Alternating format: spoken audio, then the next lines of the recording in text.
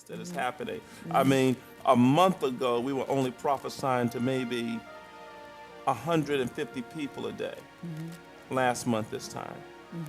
Today, we prophesied to 900 people. 905 people today. And we're getting them done. And it's accelerating. Yeah. So you're telling me when that tsunami happened and time shift, something accelerated in the spirit realm for earth folks. Yes. Yes. Yes. And for those that know the signs of the time, we just have to step in that. Woo! Understanding season and a time, no fighting, no warfare, because we haven't even started on our inheritance yet. This is the inheritance of the fathers. And Wait. Whoa. Did y'all hear what Prophet Connie just said?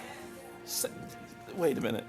We haven't started. This is just the inheritance of the fathers. I want everyone right now to just type. Right now is just the inheritance of the Father. So anytime we shift days and shift time, God does an immediate cleanup. So there are a lot of, see, God gave me a word for you, Bishop Jordan.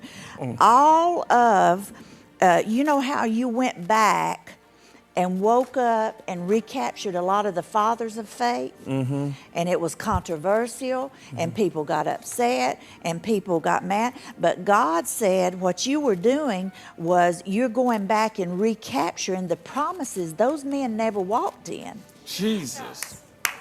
Don't you know that Reverend Ike and some of those guys, don't you know the whole universe should have heard him? Woo! Yes. Don't you know he should have been on CNN? Yes. My God. Whole universe. Don't you know he should have been on the Learning Channel, Oh my. the Wisdom Channel, Jesus. Nova? Don't you know there ought not be one person in this universe that has not heard of him? My God. And it was not fulfilled.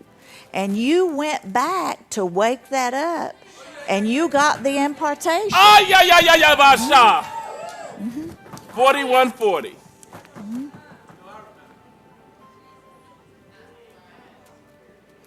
You woke that up. Now, like, it was controversial, and a lot of people got upset, and most people just didn't understand. It'd be better just not to understand and just don't say nothing about it, see, because you never know when you're messing with God.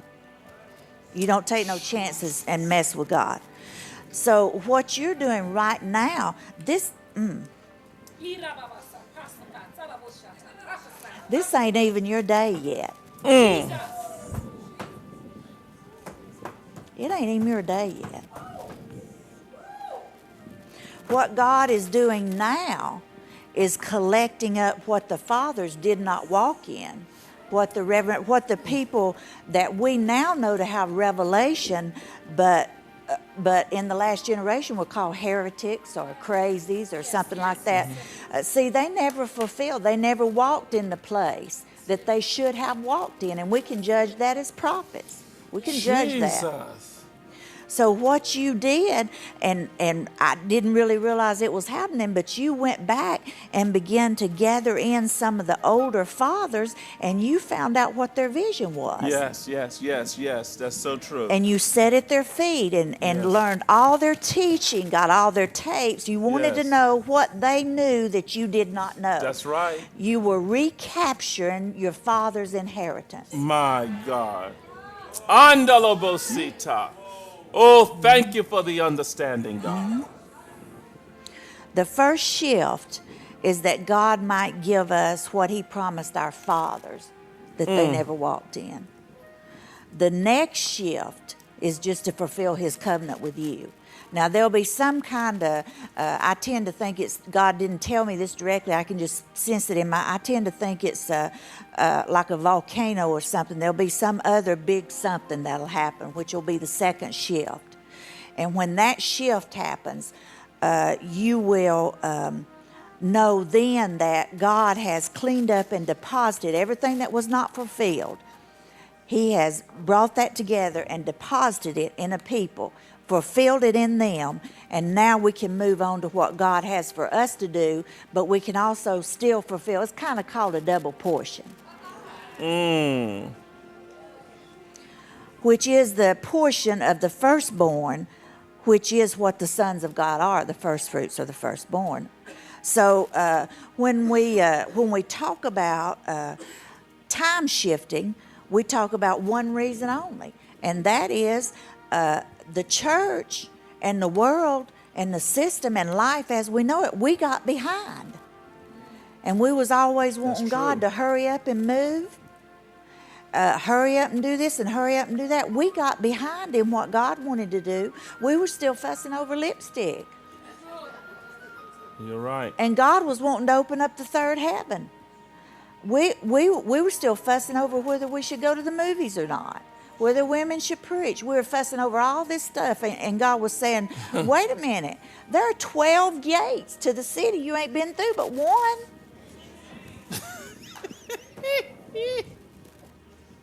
There are 12 gates.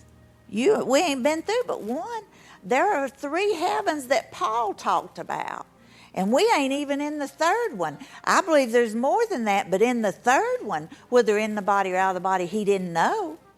He said, I met a man, not an angel, not a spirit, but he said, I met a man that lived in that third heaven. Whether in the body or out of the body, I don't know, but this man told me some unlawful things. A lot of us have not even experienced the third heaven yet, like Paul did, and it's been available since Paul's day. The Feast of Ingathering, going behind the veil. Paul said somebody was back there because I seen a man back there and he told me some stuff, and it was a man. So when we start talking about restoration, we talk about God fulfilling everything of this past day so that he can finish this day and put a seal on it. Then we move to the next day. My God. So what he's doing with you now is he's finishing up some of these old forefathers that you got before them. You found out what was going on, and you found out. They went through the wilderness, and they laid a foundation. But see, you went back and got that wilderness experience just in about a year or two. So you skipped the wilderness. Jesus. You got all the tapes, you got all the teaching, you had that time when you sat at their feet. You skipped the wilderness. That's right. So the wilderness they went through to get to here, you skipped it. So everything during this season while they were laying those foundations, everything that they knew was supposed to happen, that they knew they should, that we knew should have happened, and it didn't happen. God has shifted time, and he's fulfilling that. So then therefore what has happened through that, they shorten the distance, and it's as if this time has been shortened for the elect's sake. Yes. It's like we went to bed January 1st, 2004, and woke up January 1st, 2044. Hey. Oh, la ba Santa Masia. And somebody that can figure that out. See, I didn't pay attention in math, but you know how that goes.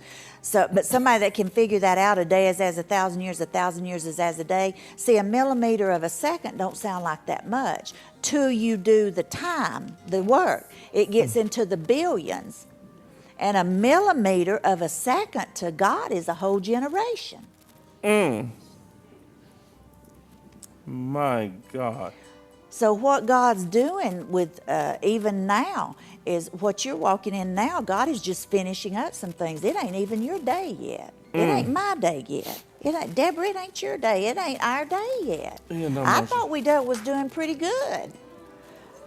It ain't even your day. Woo. God's just finishing some stuff, some covenants that he had with our forefathers that he won't break. He's not a man that he should lie. And most of them's dead and went on. But God's a God of covenant, and death doesn't stop him. That covenant is still there with him. So he's going to fulfill that covenant on a generation, even though the first generation is gone.